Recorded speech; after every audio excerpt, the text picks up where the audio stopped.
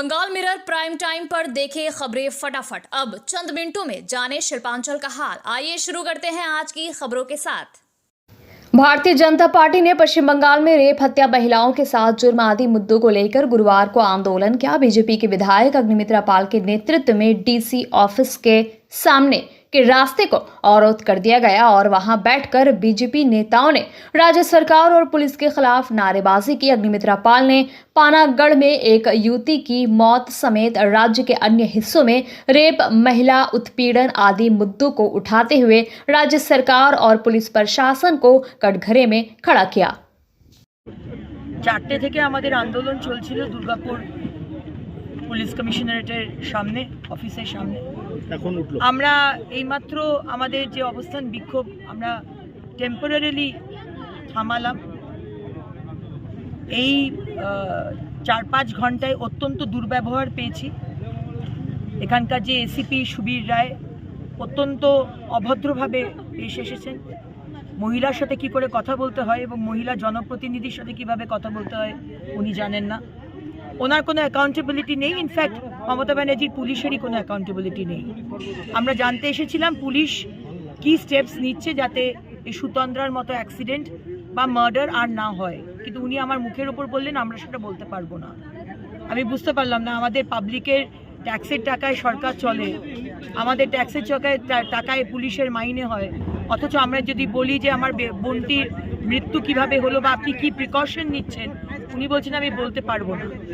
আমাদের আন্দোলন চলছিল। ইনফ্যাক্ট আমরা রাতের খাবারেরও ব্যবস্থা করে নিয়েছিলাম যে সারা রাত আমাদের হয়তো এখানেই থাকতে হবে, কিন্তু সেই সুবীর রায় বাইরে আসেননি, হয়তো লজ্জিত হয়ে। আরও 2জন পুলিশ অফিসার বাইরে এসে আমাদেরকে জানিয়েছেন যে সারাটায় ন্যাশনাল হাইওয়েতে তারা চেষ্টা করছেন জায়গায় জায়গায় পেট্রোল ভ্যান পুলিশের রাখার। তারা আমি বলেছি যে পজিশনে মানে জায়গায় জায়গায় যাতে মদ খেয়ে গাড়ি না চালায়, বিশেষ করে বাস ড্রাইভার, ট্রাক ড্রাইভার, অনেক সময় রাতের বেলা দেখেছি অ্যাক্সিডেন্ট হয়েছে মদ খেয়ে চালাচ্ছে বলে, সেইটা যাতে চেকিং হয় সেই বিষয়টাও তাদেরকে বলা হয়েছে। তারা বলেছে হ্যাঁ আমরা দেখছি।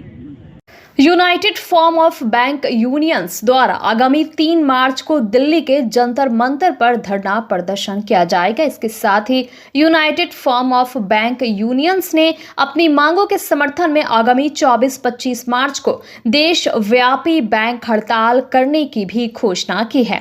इसकी तैयारी के लिए यूनियंस की आसनसोल यूनिट द्वारा आसनसोल के बीएनआर मोड़ के निकट एक पथ सभा की गई। इसमें United forum of bank union से जुड़े कई बैंकों और उनकी यूनियनों से जुड़े कर्मचारी उपस्थित थे।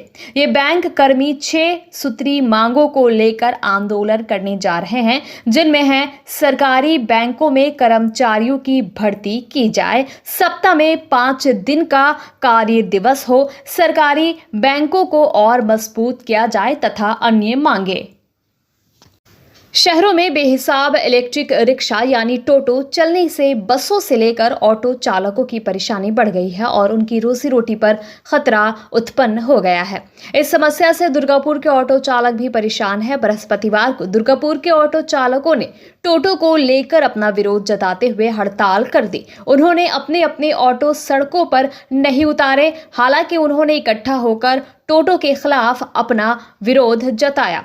दुर्गापुर शहर में करीब 2500 ऑटो चलते हैं, लेकिन बेहिसाब संख्या में टोटो चलने से उनकी परेशानी बढ़ गई है। ऑटो चालक सुजीत बैनर्जी ने बताया कि शहर में ऑटो का रूट है, हम उस रूट पर ही ऑटो चलाते हैं, लेकिन टोटो हमारे रूटों पर चलने लगे हैं, जिससे हमें सवारी मिलने मुश्किल हो गई है। हमने प्रशासन से कई बार इस समस्या का समाधान करने का अनुरोध किया, लेकिन कोई ध्यान नहीं दिया जा रहा है। मजबूरन हमें आंदोलन पर उतरना पड़ा है। हुगली जिले के चंदन नगर की रहने वाली सुतेंद्रा चैटर्जी नामक एक युवती की गाड़ी पलटने से हुई मौत के मामले में वांछित आरोपी पानागढ़ निवासी बबलू यादव को पुलिस ने गिरफ्तार कर लिया है। घटना के बाद से बबलू फरार था। पुलिस ने उसकी गिरफ्तारी की पुष्टि की है। मृत युवती के परिजनों का आरोप है कि सुतेंद्रा की कार का जिस दूसरी कार ने पीछा किया था उसमें बबलू यादव और उसके साथी बैठे थे। उनके द्वारा पीछा किए जाने और टक्कर मारे जाने के कारण ही सुतेंद्रा की कार पलट गई थी, जिसमें उसकी मौत हो गई। हालांकि पुलिस ने पहले इस तरह की घटना से इनकार किया था, लेकिन मामले के तूल पकड़ने के बाद अब पुलिस को सच्चाई का पता लगाने के लिए गंभीरता से जांच करते हुए देखा जा रहा है। बुधवार को खुफिया विभाग के अधिकारियों ने कांगसा थाना पहुंचकर मामले की जांच की थी। अब दूसरे दिन गुरुवार को 6 सदस्यीय फॉरेंसिक टीम कांगसा पहुंची। इस टीम में शामिल अधिकारियों ने थाना परिसर में जब्त कर रखी दोनों कारों की जांच की, उनकी फोटो लिए और अन्य नमूना संग्रह करने की कोशिश की। इधर पुलिस ने फिर से सुतेंद्रा के साथ कार में मौजूद रहे उसके 2 साथियों प्रदीप दत्त और मिंटू मंडल का फिर से दुर्गापुर कोर्ट में ले जाकर गुप्त बयान दर्ज कराया है। ये दोनों ही चंदन नगर में रहते हैं। अरेस्ट হয়েছে ওর নামটা কি আছে স্যার? বাবলু যাদব বলে যে আসামি ছিল এই কেসে অ্যারেস্ট হয়েছে। কোথা থেকে অ্যারেস্ট হয়েছে স্যার? আন্ডাল থেকে অ্যারেস্ট হয়েছে।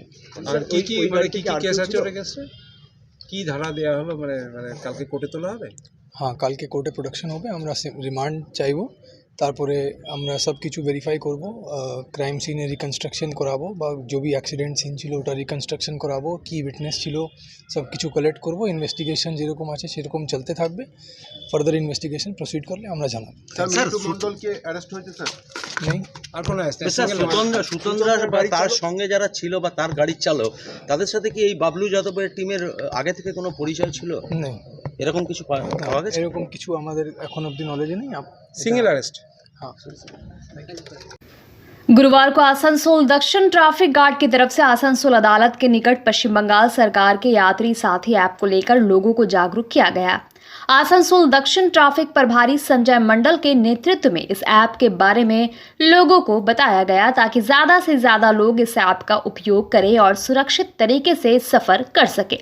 इस बारे में पत्रकारों को जानकारी देते हुए संजय मंडल ने बताया कि पश्चिम बंगाल सरकार की तरफ से यात्री साथी ऐप लॉन्च किया गया है। इसके जरिए कोई भी कहीं से भी अपने लिए मोटरसाइकिल, टैक्सी, ऑटो की बुकिंग कर सकता है। इस ऐप में जो भी वाहन चालक पंजीकृत हैं, उन सभी की जानकारी प्रशासन के पास रहती है। इसलिए ये बेहद सुरक्षित माध्यम है जिसका उपयोग करके लोग कहीं पर भी सफर कर सकते हैं। उन्होंने कहा कि इस तरह के अन्य ऐप के मुकाबले इस ऐप से सफर करने में किराया भी कम लगेगा।